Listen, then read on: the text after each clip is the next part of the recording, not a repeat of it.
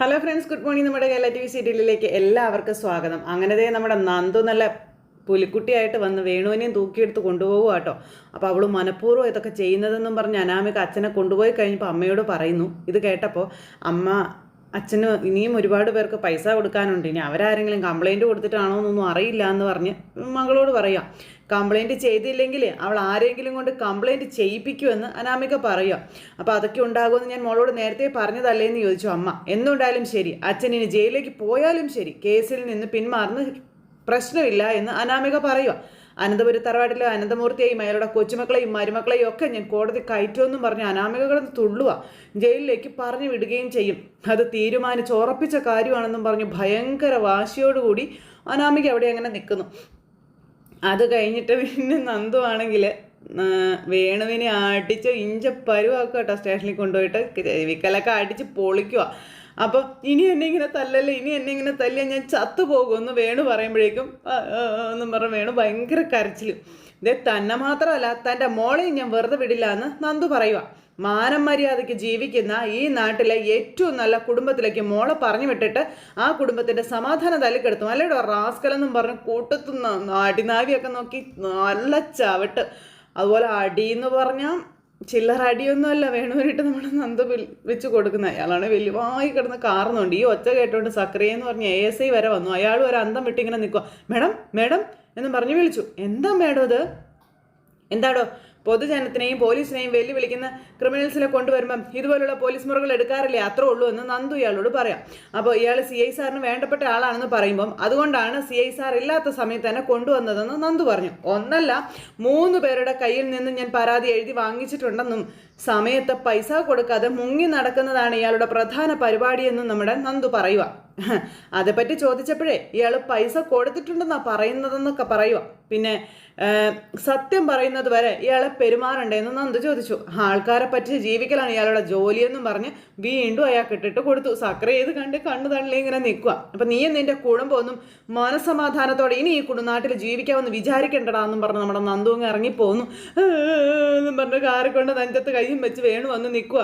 വാരിയൽ ഒടിഞ്ഞു സാറേ എന്നും പറഞ്ഞുകൊണ്ട് ഇങ്ങനെ പറയുമ്പോൾ ഞങ്ങൾ ആണുങ്ങൾ തല്ലിയാലേ ഇത്രയും തനിക്ക് വേദനിക്കില്ലായിരുന്നു. മേഡത്തിൻ്റെ കയ്യിൽ നിന്ന് തല്ല് വാങ്ങിയവരാരും പെട്ടെന്ന് എഴുന്നേറ്റ് നടന്നിട്ടും ഇല്ല എന്ന് സക്രിയ പറയുക. അയ്യോ എന്നും പറഞ്ഞ് നിൽക്കുക വേണു.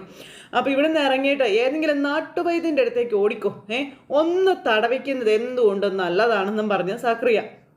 CI സാറിനും മേഡത്തിനും ഒന്നും ചെയ്യാൻ പറ്റില്ല, കാരണം നാളെ മേഡം അങ്ങേരുടെ ഭാര്യയാകേണ്ടവളാണെന്ന് പറഞ്ഞ് സക്രിയ വേണുവിനെ പേടിപ്പിക്കുക.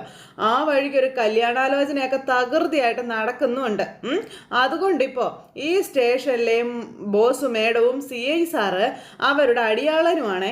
അതാണ് അവരുടെ ആ ഒരു ബലം എന്നൊക്കെ പറയുമ്പം അവളും അനന്തപുരിയിലെ പയ്യനും തമ്മിൽ പ്രേമത്തിലാണ് സാറേ എന്ന് വേണു പറയുമ്പോൾ അതൊക്കെ എനിക്കും അറിയാടോ. പക്ഷേ CI സാറിൻ്റെ അസ്ഥിക്ക് പിടിച്ചിരിക്കുക SI മേഡം.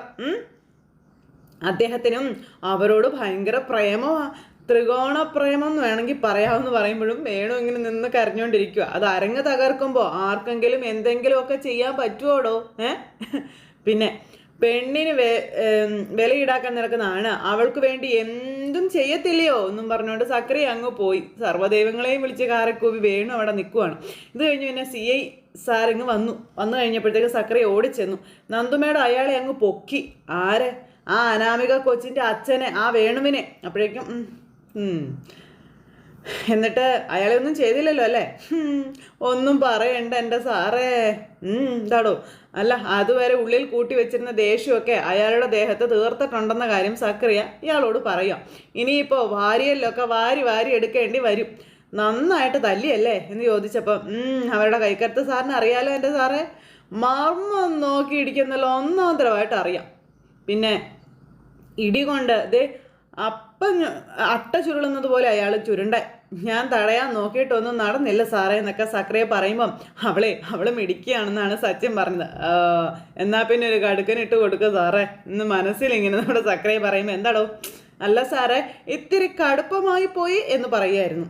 ഈ ഇടിയേ, ആ ഇടിയുടെ കാര്യം താൻ പറഞ്ഞതൊക്കെ ഞാൻ കേട്ടു കേട്ടോ. ഇത്തിരി സ്വാതന്ത്ര്യം തന്നെന്നും പറഞ്ഞ് തൻ്റെ പൊസിഷനൊന്നും താൻ മറന്നുപോയേക്കരുത് കേട്ടോ. നിൽക്കേണ്ടടുത്ത് നിന്നോണം കേട്ടോ. സാർ. പിന്നെ താൻ നന്ദുവിനോട് എൻ്റെ ക്യാബിലേക്ക് വരാൻ പറയാൻ പറഞ്ഞിട്ട് അവിടെ നിന്ന് അങ്ങ് പോയി സച്ചിൻ. എന്തായാലും സാറിനും നന്ദു മേഡത്തിന് ഒരു പേടിയുണ്ട്, ഇനി അവരെങ്ങാനും കെട്ടുകയാണെങ്കിൽ ഇടിയാക്കം കിട്ടാനുള്ളതാണല്ലോ, അതുകൊണ്ടെന്നും പറഞ്ഞ് സക്കറിയ പറയും കേട്ടോ അവിടെ നിന്ന് വേറൊരു പോലീസുകാരി ചേച്ചിയോട്. അപ്പോൾ എന്തായാലും അത് കഴിഞ്ഞാൽ പിന്നെ നമ്മുടെ CI നിലത്തൊന്നും ആയിരിക്കത്തില്ല, അന്തരീക്ഷത്തിലായിരിക്കും. ഇവിടെ കുടുംബത്തിൽ പറഞ്ഞ നല്ല കുട്ടികളെ കെട്ടിയിട്ട് ഒരു രക്ഷയും ഇല്ല. പിന്നെ ആ കളരിപ്പയറ്റും കരാട്ടയും കഴിഞ്ഞ കുട്ടി കൊള്ളാം എന്നും പറഞ്ഞുകൊണ്ട് അവിടെ നിന്ന് അങ്ങ് പോയി സക്കറിയ. അത് കഴിഞ്ഞതിന് ശേഷം പിന്നെ നമ്മുടെ സച്ചിൻ നന്ദുവിനെ വഴക്ക് പറയാം എന്ന് കരുതി ഈ യൂണിഫോം ഇട്ടുകൊണ്ട് അതിന് പ്രതികാരം ചെയ്യാൻ പാടില്ല എന്നൊക്കെ പറയുമ്പം അയാളുടെ പേരിൽ ഒരുപാട് കേസുണ്ട് സാർ, അയാൾ ഒരുപാട് പേർക്ക് പൈസ കൊടുക്കാനുണ്ടെന്ന് നന്ദു ഇങ്ങനെ പറയുമ്പോൾ അതിൻ്റെ പേരിൽ നന്ദു നേരത്തെ ആക്ഷനൊന്നും എടുത്തിട്ടില്ലല്ലോ, ഇപ്പോൾ പെട്ടെന്ന് അയാളെ പിടിച്ചുകൊണ്ട് വന്ന തലയുടെ കാര്യം എന്താണെന്ന് സച്ചിൻ ചോദിച്ചു. ഇതുമായി ബന്ധപ്പെട്ട് അയാൾക്ക് എതിരെ നേരത്തെയും കേസുള്ളത് സാർ, ഇതിനു മുമ്പും അയാളെ അറസ്റ്റ് ചെയ്തിട്ടുള്ളതാണെന്ന കാര്യം നന്ദു അന്നേരം പറയുക. അതൊക്കെ ആയിക്കോട്ടെ, പക്ഷേ സ്റ്റേഷനിൽ കൊണ്ടുവരുന്ന ഒരാളെ തല്ലാനുള്ള അധികാരം നമുക്കുണ്ടോ? ഇല്ലല്ലോ. അപ്പം നന്ദു ഒന്നും മിണ്ടുന്നില്ലേ? അന്ന് അനി ഇവിടെ വന്നപ്പോൾ ഞാൻ അവനെ തല്ലി, അത് ശരിയാണെന്ന് ഞാൻ ഒരിക്കലും പറയത്തില്ല എന്ന് സച്ചിൻ പറയാം. അയാളും മോളും അയാളുടെ ഭാര്യയും ഒക്കെ ക്രിമിനൽ മൈൻഡ് ഉള്ളവരാണ് സാർ. അയാളും അയാളുടെ മകളും ഒത്തിരി പ്രശ്നങ്ങൾ ഉണ്ടാക്കിയിട്ടുണ്ട്. അനന്തപുരിയിലെ മരുമകളായിട്ട് അയാളുടെ മകൾ പോയതിനു ശേഷം അവിടെ ഉണ്ടാക്കിയിട്ടുള്ള പ്രശ്നങ്ങളൊക്കെ എനിക്ക് നന്നായിട്ട് അറിയാമെന്ന് പറയുമ്പം അതിനൊക്കെ പോലീസ് യൂണിഫോം ഇട്ടുകൊണ്ട് പ്രതികാരം തീർക്കരുതെന്നേ ഞാൻ പറഞ്ഞിട്ടുള്ളൂ എന്ന് സച്ചിൻ പറഞ്ഞു അന്നേരം നന്ദുവിനോട്.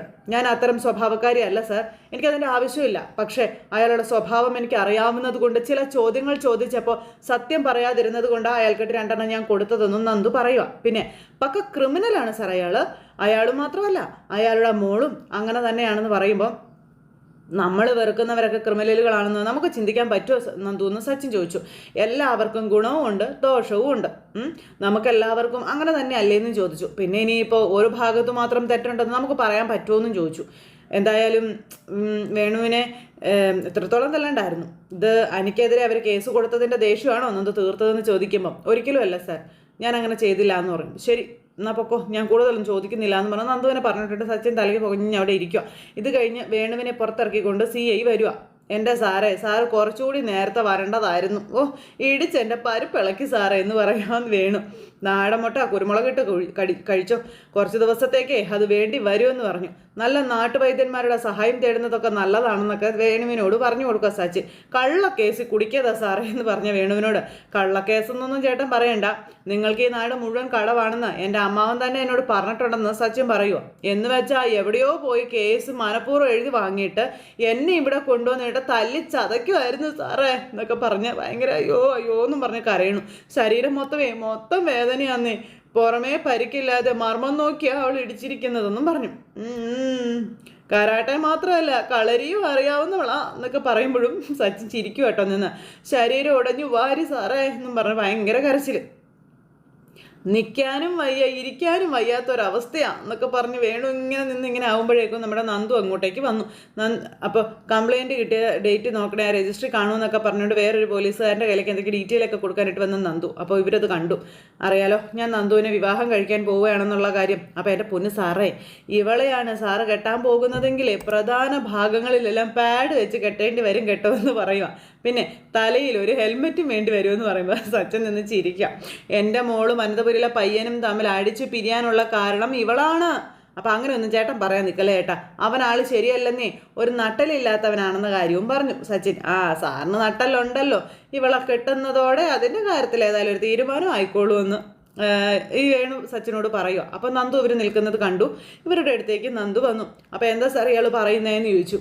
അല്ല എന്നാലും ഇങ്ങനെ ഇയാളെ തല്ലി ചതയ്ക്കണ്ടായിരുന്നു, ഇപ്പോഴും ഇയാൾ ചെയ്ത തെറ്റൊന്നും സമ്മതിച്ച് തന്നിട്ടില്ല, പിന്നെ സാറ് പറഞ്ഞതുകൊണ്ടാണ് വിട്ടയക്കുന്നു എന്ന് പറഞ്ഞു. എന്നെ ലോക്കപ്പിലിട്ട് തല്ലി ചതച്ചെന്ന് കരുതിയിട്ട് കേസൊന്നും പിൻവലിക്കത്തില്ല എന്ന് വേണു നന്ദുവിനോട് പറയുക. എന്നെ കൊന്നാലും ശരി അനിയെന്ന് പറയുന്നവനെ ഞാനും എൻ്റെ മോളും കൂടി ജയിലിൽ കിടത്തിയിരിക്കും എന്നും പറഞ്ഞ് പറയുമ്പം അതെന്താന്ന് വെച്ചാൽ താനായിക്കോ, പക്ഷേ പോലീസ് സ്റ്റേഷനിൽ ആരെങ്കിലും കൊണ്ടുവന്ന് കംപ്ലൈൻറ്റ് തന്നാൽ ഞങ്ങൾ ആക്ഷൻ എടുത്തിരിക്കുമെന്ന് നന്ദു അന്നേരം പറയാം. അതും പറഞ്ഞ് നമ്മുടെ നന്ദു അവിടെ നിന്ന് പോന്നു. അതും പറഞ്ഞ് നന്ദു അങ്ങ് പോന്നപ്പോൾ വലിയ ആൾ കളിച്ച് നിന്ന് വേണു ചൂളിപ്പോയി. അത് കഴിഞ്ഞപ്പോൾ ചേട്ടൻ ഒന്നിങ്ങ് വന്നേ എന്നും പറഞ്ഞ് സച്ചിൻ ചേട്ടനെയും വിളിച്ചുകൊണ്ടങ്ങ് പോവുക. എന്നിട്ട് ചേട്ടാ മോളും അനിയൻ തമ്മിലുള്ള ബന്ധമൊന്നും പിരിഞ്ഞിട്ടില്ലല്ലോ? ഇല്ല.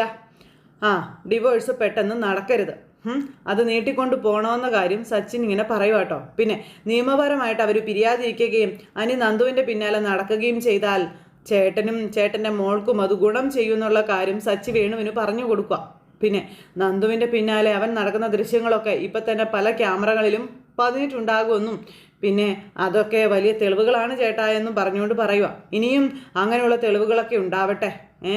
പിന്നെ ബന്ധം പിരിഞ്ഞു കഴിഞ്ഞാൽ പിന്നെ അവർ തമ്മിൽ കണ്ടാലേ അതിനൊന്നും വലിയ പ്രസക്തി ഇല്ലാണ്ടാവില്ലേ എന്ന് ചോദിച്ചു. എന്തായാലും ഞാനും എൻ്റെ മോളും കൂടി ഇതിനെയെല്ലാം ഇട്ട് വട്ടം കറക്ക് സാറേ, സാറ് നോക്കിക്കോ സാറേ, അതിന് ഒരു മാറ്റവും ഇല്ല. എന്നെ ഭയപ്പെടുത്തി കേസ് ഇല്ലാണ്ടാക്കാൻ എന്നാണ് ഇവരൊക്കെ വിചാരിച്ചു വെച്ചിരിക്കുന്നത്. പക്ഷേ ഞാനേ ഇരുട്ടിൽ തപ്പുന്നവനാ, കടത്തിൽ മുങ്ങി താഴുന്നവനാ. എനിക്കിനി ഒരുത്തനെയും പേടിക്കേണ്ട ആവശ്യമില്ല, പേടിക്കാനുമില്ല. അപ്പം കേസ് മുന്നോട്ട് കൊണ്ടുപോകുന്നതാട്ടെ എന്തിനും നല്ലത്. അങ്ങനെ എങ്ങാനും വന്നാൽ ചേട്ടൻ ആഗ്രഹിക്കുന്ന കോമ്പൻസേഷൻ ചേട്ടന് കിട്ടും. സാധാരണ ഈ വലിയ തറവാട്ടുകാരൊക്കെ കേസ് ഇങ്ങനെ നീട്ടിക്കൊണ്ടു പോകാനേ ആഗ്രഹിക്കാത്തവരാ. പിന്നെ ഇനി ബെല്ലും ബ്രേക്കും ഇല്ലാണ്ട് നടക്കുക. അതുകൊണ്ട് അവൻ മനഃപൂർവ്വം പ്രശ്നങ്ങൾ ഇനിയും ഉണ്ടാക്കാനുള്ള സാധ്യതകളുണ്ട്. അതവൻ്റെ തലയ്ക്കകത്ത് ആൾതാമസം ഇല്ലാത്തത് കൊണ്ടാണല്ലോ ചേട്ടൻ്റെ മകളുടെ മുഖത്തിനിട്ട് തല്ലിയത്. അവൻ്റെ മുത്തശ്ശനെ എൻ്റെ കാരണത്തടിച്ചു. ഇപ്പോൾ കാമുകയും അടിച്ചു എന്ന് പറയുമ്പം കാമുകി എന്നൊന്നും ചേട്ടൻ പറയണ്ട. അവൻ്റെ പ്രേമം ഒരു വൺ വേ ട്രാഫിക് എന്ന് മാത്രമേ ഉള്ളൂ. അവന് നന്ദുവിനോടേ ഉള്ളൂ, തിരിച്ചേ ഇല്ല എന്ന് പറഞ്ഞു. അത് കേട്ടപ്പം അത് സാർ അവളെ കല്യാണം ആലോചിക്കുന്നത് കൊണ്ട് സാറിന് തോന്നുന്നതാ. അവർ തമ്മിലേ മുടിഞ്ഞ പ്രേമോ എൻ്റെ സാറേ എന്നും പറഞ്ഞു വേണു. ഇനിയിപ്പം ഞാൻ അങ്ങനെ പറഞ്ഞതിൻ്റെ പേരിൽ സാർ എന്നെ 2 പൊട്ടിച്ചാലും ശരി, അതാണ് ശരിക്കും സത്യം എന്നും പറഞ്ഞ് വേണു പറഞ്ഞിട്ട് അവിടെ നിന്ന് പോയി. വേണുവിനോട് ഭയങ്കര ദേഷ്യത്തിൽ ഇങ്ങനെ നിൽക്കുക സച്ചിൻ അന്നേരം. ഇത് കഴിഞ്ഞ് പിന്നെ മുത്തശ്ശിയും പോകാൻ റെഡി ആയിട്ട് ഇങ്ങനെ ഇറങ്ങി വന്ന് നിൽക്കുന്നപ്പോഴത്തേക്കും നമ്മുടെ അനി ഓടി വന്നു വിവരം എന്തായെന്ന് അറിയാനായിട്ട്. ദേ മുത്തശ്ശ, നിങ്ങൾ പോവുകയാണോ എന്ന് ചോദിച്ചു. ഞങ്ങൾ പോകുന്ന കാര്യം ആരോടും പറയരുതെന്ന് നിന്നോട് പറഞ്ഞിട്ട് നീ ആരോടും പറഞ്ഞോ എന്ന് മുത്തശ്ശൻ ചോദിക്കാം. ഇല്ല, ദേ ഇവിടെ ആരും അറിഞ്ഞാൽ അതിന് സമ്മതിക്കില്ല. അതുകൊണ്ടാണ് ഞങ്ങൾ അവിടെ പോയിട്ട് വരുന്നത് വരെ ആരോടും പറയരുത് എന്ന് പറഞ്ഞത്. മനസ്സിലായോ നിനക്ക്? അതിപ്പോൾ അവസാന നിമിഷം വരെ അമ്മയുടെ ഭാഗത്തുനിന്ന് എതിർപ്പ് ഉണ്ടാവുമല്ലോ മുത്തശ്ശ എന്ന് അനി അന്നേരം പറഞ്ഞു. അമ്മ ഒരിക്കലും നന്ദുവായിട്ടുള്ള വിവാഹത്തിന് സമ്മതിക്കില്ല എന്ന് തറപ്പിച്ച് തന്നെ അനി പറയുവാണ് മുത്തശ്ശനോടും മുത്തശ്ശിയോടും. അപ്പോൾ അച്ഛനമ്മമാരെ വിഷമിപ്പിച്ചുകൊണ്ട് ഇത്തരം കാര്യങ്ങളൊന്നും ചെയ്യരുത് എന്നുള്ളൊരു അഭിപ്രായക്കാരനാണ് ഞാനെന്ന് മുത്തശ്ശൻ അന്നേരം പറഞ്ഞു. പിന്നെ ഇവിടെ നിൻ്റെ അമ്മയുടെ സ്ഥാനത്ത് പൊറുക്കാൻ പാടില്ലാത്ത തെറ്റുകളും കാര്യങ്ങളൊക്കെ ഉണ്ട്. ദേവയാനിയെ കൊല്ലാൻ ശ്രമിച്ചവളാണ് അനാമിക എന്നറിഞ്ഞിട്ടും ജാനകിക്ക് ഒരു മാറ്റം പോലും ഇതുവരെ ഉണ്ടായിട്ടില്ല. അവളും ഇപ്പോഴും മരുമകളുടെ സ്ഥാനത്താണ് ശരിയെന്ന് പറഞ്ഞുകൊണ്ടിരിക്കുക. ആ ജലജ ഏതു നേരവും അവളുടെ ചെവി ഇങ്ങനെ കടിച്ചു പറിച്ചുകൊണ്ടേ ഇരിക്കുകയാണെന്നും അതുകൊണ്ടാണ് ജാനകിക്ക് നല്ലതൊന്നും ചിന്തിക്കാൻ പറ്റാത്തതെന്നും മുത്തശ്ശി ഇങ്ങനെ പറഞ്ഞു. പിന്നെ അനാമിക ഇവിടെ വരുന്നതിന് മുൻപ് ദേവയാനിയോടൊക്കെ എന്തൊരു സ്നേഹത്തോടു കൂടി അവൾ സംസാരിച്ചിരുന്നത്, എന്തൊരു സ്നേഹമായിരുന്നു അവൾക്ക്. ജലജയുടെ സ്വഭാവമുള്ള ഒരുത്തിയും അവളുടെ വീട്ടുകാരും ഇവിടെ ബന്ധം സ്ഥാപിച്ചതോടെ അവളും ശത്രുപക്ഷത്തായെന്ന കാര്യവും മുത്തശ്ശി ഇങ്ങനെ പറയണു. അമ്മ ഇനി എന്തെല്ലാം പറഞ്ഞാലും ശരി മുത്തശ്ശ, ഇനി എൻ്റെ ജീവിതത്തിൽ ഒരു പെണ്ണുണ്ടെങ്കിൽ അത് നന്ദു മാത്രമായിരിക്കുമെന്നും അനി മുത്തശ്ശനോട് പറയാം. അവൾക്ക് എന്നെ വലിയ ഇഷ്ടമാണെന്ന് പറഞ്ഞു. അത് കേട്ടപ്പം ഈ പറഞ്ഞത് നീ അവസാനം വരെ പറയണം. അവിടെ ചെല്ലുമ്പോൾ ആ കൊച്ചിന് നിന്നെ ഇഷ്ടമല്ല എന്ന് പറഞ്ഞാൽ ഞങ്ങൾ നാണം കെടും കേട്ടോ എന്ന് പറഞ്ഞു മുത്തശ്ശൻ. അപ്പോൾ അങ്ങനെ ഒരിക്കലും അവൾ പറയില്ല മുത്തശ്ശ. അവളുടെ അച്ഛനെയും അമ്മയെയും മുത്തശ്ശിയും കൂടി ഒന്ന് സെറ്റാക്കി എടുത്താൽ മാത്രം മതിയെന്ന് പറയുമ്പോൾ പിന്നെ സെറ്റാക്കലല്ലേ ഞങ്ങളുടെ പരിപാടി, ഒന്ന് പോടാ എന്ന് മുത്തശ്ശൻ. എടാ, ഗോവിന്ദൻ്റെയും കനകയുടെയും പൂർണ്ണ സമ്മതമില്ലാതെ നന്ദുവിനെ ഇങ്ങോട്ട് കൂട്ടിക്കൊണ്ടുവരാൻ ഞങ്ങൾ ഒരിക്കലും പറയില്ല എന്ന് മുത്തശ്ശൻ ഇങ്ങനെ പറഞ്ഞു. പിന്നെ ഞങ്ങൾക്ക് ഒരു പ്രതീക്ഷയുണ്ട്. ഞങ്ങൾ പോയി സംസാരിച്ച് കഴിഞ്ഞാൽ ഗോവിന്ദനും കനകയും വഴിക്ക് വരും എന്നുള്ളത്. പിന്നെ ഇനി അതിനെന്തെങ്കിലും തടസ്സം ഉണ്ടാവുകയാണെങ്കിൽ അത് മാറിക്കിട്ടാൻ വേണ്ടിയാണ് നിന്നോട് പ്രാർത്ഥിക്കാൻ ഞാൻ നേരത്തെ പറഞ്ഞതെന്ന് മുത്തശ്ശൻ പറയുമ്പം ഞാൻ പ്രാർത്ഥിച്ചോളാം മുത്തശ്ശ, വേണമെങ്കിൽ മുത്തശ്ശനും മുത്തശ്ശിയും മടങ്ങി വരുന്നത് വരെ ഞാൻ പൂജാമുറിയിൽ തന്നെ കഴിഞ്ഞോളാമെന്നൊക്കെ അനി പറഞ്ഞു കേട്ടോ. എങ്ങനെയെങ്കിലും ഞാൻ ആഗ്രഹിക്കുന്നത് പോലെ കാര്യങ്ങളൊക്കെ നടന്നാൽ മതിയെന്ന്. അപ്പോൾ കാര്യമൊക്കെ ശരിയാ, നിൻ്റെ ആഗ്രഹം നടന്നു കഴിഞ്ഞാൽ നല്ല രീതിയിൽ നീ നിൻ്റെ ജോലിയും കാര്യങ്ങളൊക്കെ ചെയ്തോളണമെന്ന് പറഞ്ഞു. ആദർശം ഒറ്റൊരുത്തനുള്ളത് കൊണ്ടാണ് നിൻ്റെ ബ്രാഞ്ചുകൾ പരിക്കൊന്നും പറ്റാതെ ഇങ്ങനെ പോയിക്കൊണ്ടിരിക്കുന്നതെന്ന കാര്യവും പറഞ്ഞ് പരിക്ക് പറ്റിയില്ല എന്ന് മാത്രമല്ല ഇവൻ്റെ ബ്രാഞ്ചിലായിരുന്നല്ലോ ഇത്തവണ സെയിൽ കൂടുതലുമെന്നും പറഞ്ഞ് മുത്തശ്ശനും കൂടെ ഉപദേശിക്കുക അനിയെ. അതൊക്കെ ആദർശിനെയും അവരുടെ സ്റ്റാഫിൻ്റെയും മിടുക്കാണ്. അല്ലാതെ ഇവൻ എന്താ ചെയ്തിട്ടുള്ളത്? തിരുവോണത്തിൻ്റെ അന്ന് പോലും ഇവൻ ടെൻഷൻ അടിച്ചതെല്ലാം നടക്കുകയല്ലായിരുന്നു എന്ന് ചോദിച്ചു. അന്നേരം മുത്തശ്ശ, ഞാൻ ചിന്തിക്കുന്നത് പോലെ കാര്യങ്ങളൊക്കെ നടക്കുകയാണെങ്കിൽ പിന്നീട് കമ്പനിയെ ശരണമെന്നും പറഞ്ഞ് ഞാൻ നടന്നോളാം, അതിനൊരു മാറ്റവും ഇല്ലയെന്ന് അനി വാക്കും കൊടുത്തു കൊടുക്കും. അപ്പോൾ കമ്പനിയെ ശരണമെന്ന് പറഞ്ഞ് നടക്കണ്ട, ഡ്യൂട്ടി സമയത്ത് നിന്നെ ഏൽപ്പിച്ച ജോലി കൃത്യമായിട്ടൊന്ന് ചെയ്തു തന്നാൽ മാത്രം മതിയെന്ന് പറഞ്ഞു മുത്തശ്ശൻ. ശരി മുത്തശ്ശ, അപ്പോൾ എന്നിപ്പോൾ നമുക്ക് ഇറങ്ങാടോ എന്ന് പറഞ്ഞു. അങ്ങനെ യാത്ര പറഞ്ഞ് അവർ പോവുകയാണ്. ഇപ്പം നിൻ്റെ ഈ പിടപ്പുകാരനാണ് ഇവിടെ ആവശ്യമില്ലാത്ത പ്രശ്നങ്ങൾ മുഴുവൻ ഉണ്ടായത്, ഇനി അതുണ്ടാവരുത് കേട്ടോ എന്ന് മുത്തശ്ശൻ പറയുന്നു. അപ്പോൾ ഇല്ല മുത്തശ്ശാന്നും പറഞ്ഞ് അനി ഇങ്ങനെ നിൽക്കുക കേട്ടോ. ഇത് കഴിഞ്ഞ് പിന്നെ അടിയും ചവിട്ടും തൊഴിയൊക്കെ കൊണ്ടിട്ട് വേണുവിനെ താങ്ങിയെടുത്ത് കൊണ്ടുവരുവാണ് നമ്മുടെ വക്കീൽ. കാലിങ്ങനെ എടുത്ത് വെക്കണമെങ്കിൽ നടക്കാൻ പഠിക്കുന്ന കുഞ്ഞുങ്ങൾ നടക്കുന്ന ഒരവസ്ഥയിലാണ് വേണു ഇപ്പോൾ നടക്കണം കേട്ടോ. വക്കീലിങ്ങനെ താങ്ങിയിട്ടുണ്ട്, താങ്ങിയാണ് കൊണ്ടുവരുന്നത്. അമ്മയും മോളും കൂടി ഇവിടെ ഇങ്ങനെ ഇരിക്കുക. വേണുവിനെ കണ്ടപ്പോഴത്തേക്കും അയ്യോ ഇനിയിപ്പോൾ എന്താ വക്കീൽ സാറേ നമ്മൾ ചെയ്യേണ്ടത് എന്ന് ചോദിച്ചു രേവതി. അപ്പോൾ അനാമികയുടെ കവളത്തടിച്ചത് അനന്തമൂർത്തിയുടെ കൊച്ചുമകനാണ്. എന്നിട്ട് കോമ്പൻസേഷൻ തരാതെ അവർ ഒരുപാട് കളി കളിച്ചെന്നും ഇപ്പോൾ ദേ മോളുടെ അച്ഛനെ പോലീസ് സ്റ്റേഷനിലും കൊണ്ടുപോയി തല്ലി ചതയ്ക്കുകയും ചെയ്തു ആ നന്ദു എന്നൊക്കെ പറയുവാണ്. ഇത് കേട്ടപ്പോൾ അനാമികയ്ക്ക് ഇങ്ങനെ രക്തം തിളച്ച് വരുക കേട്ടോ. അങ്ങനെ ദ്രോഹിച്ചവർക്കൊക്കെ തിരിച്ചടി കൊടുക്കണമെന്നും പറഞ്ഞ് അനിയെ മാത്രമല്ല അനന്തമൂർത്തി ഉൾപ്പെടെ ആ വീട്ടിൽ ആരൊക്കെ മോളെ ദ്രോഹിച്ചിട്ടുണ്ടോ അവർക്കെതിരെയൊക്കെ കംപ്ലൈൻറ്റ് കൊടുക്കണമെന്ന് പറഞ്ഞു. അപ്പോൾ അങ്ങനെ കൊടുക്കുന്നത് കൊണ്ട് പ്രയോജനം ഉണ്ടാവുമോ എന്ന് അനാമിക ചോദിക്കുമ്പോൾ പ്രയോജനം ഉണ്ടാകും, എനിക്ക് കിട്ടേണ്ട തല്ലെല്ലാം അവൾ തന്നു കഴിഞ്ഞു, പിന്നെ ഇനി ഇതിനപ്പുറം ഒന്നും കിട്ടാനില്ല എന്നും വേണു പറയാം. ഇനി അവിടെ ആലോചിച്ച് നിന്നിട്ടൊന്നും കാര്യമില്ല എന്ന് പറഞ്ഞു. അപ്പം ഞാൻ എന്തിനും തയ്യാറാണ്. അനന്തമൂർത്തി കോടതി കയറുന്നതും അയാൾ ജയിലിൽ കിടക്കുന്നതൊക്കെ എനിക്ക് ഇഷ്ടമാണെന്ന് അനാമിക ഇവരോട് പറയുമ്പം അനന്തമൂർത്തി മാത്രമല്ല സാധുവായ അയാളുടെ ഭാര്യ പോലും കൂട്ടത്തിൽ കയറണം, അവരെയും വിസ്തരിക്കണം. ഒരു തറവാട്ടിലെ തലമുതിർന്ന അമ്മയുണ്ടെങ്കിൽ അവർ കോടതിയിൽ കയറുന്നതാ മക്കൾക്കും കൊച്ചുമക്കൾക്കും ഏറ്റവും വലിയ സങ്കടം. ആ സങ്കടം എന്തിനാ നമ്മൾ കാണാതെ പോകുന്നതെന്നും ചോദിച്ചുകൊണ്ട് ഈ വക്കീൽ ഇവരോട് പറയുമ്പം ഒന്നും പറഞ്ഞ് രേവതി നിൽക്കുക കേട്ടോ. കള്ളക്കേസിൽ കുടിക്കുക, മോളുടെ അച്ഛൻ സ്റ്റേഷനിൽ കൊണ്ടുപോയിട്ട് ഇടിച്ചത്, ഇതിനാണ് ശരിയായ പരിഹാരം എന്നൊക്കെ വക്കീൽ പറയുമ്പം എന്നാൽ പിന്നെ വക്കീൽ സാർ കംപ്ലൈൻറ്റ് തയ്യാറാക്കിക്കോ, ഞാൻ CIക്ക് കൊടുത്തോളാം എന്ന് പറഞ്ഞു. അങ്ങനെ ഇവിടെ വലിയ പ്ലാനൊക്കെ നടത്തുക. നന്ദുവിനെ കെട്ടാൻ പോകുന്ന CI ഈ പറയുന്ന എനിക്കും അനന്തമൂർത്തിക്കൊക്കെ എതിരാണെന്ന് പറയുമ്പം അതൊക്കെ എനിക്കറിയാം, അയാളോട് സംസാരിച്ചല്ലോ, അയാളുടെ സപ്പോർട്ട് നമുക്ക് എന്തായാലും ഉണ്ടാകുമെന്ന് പറഞ്ഞു.